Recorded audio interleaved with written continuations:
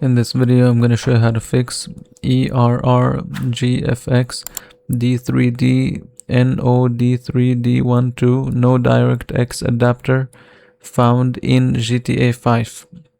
First thing you want to do is go to Google and then type DirectX and user runtime download. Go to the main web page of Microsoft. Here you will see the DirectX, so just download it from here and then run the installer. Click yes. This will run the installer. Just accept and run, and after you're done installing it, you want to try and see if this fixes the issue.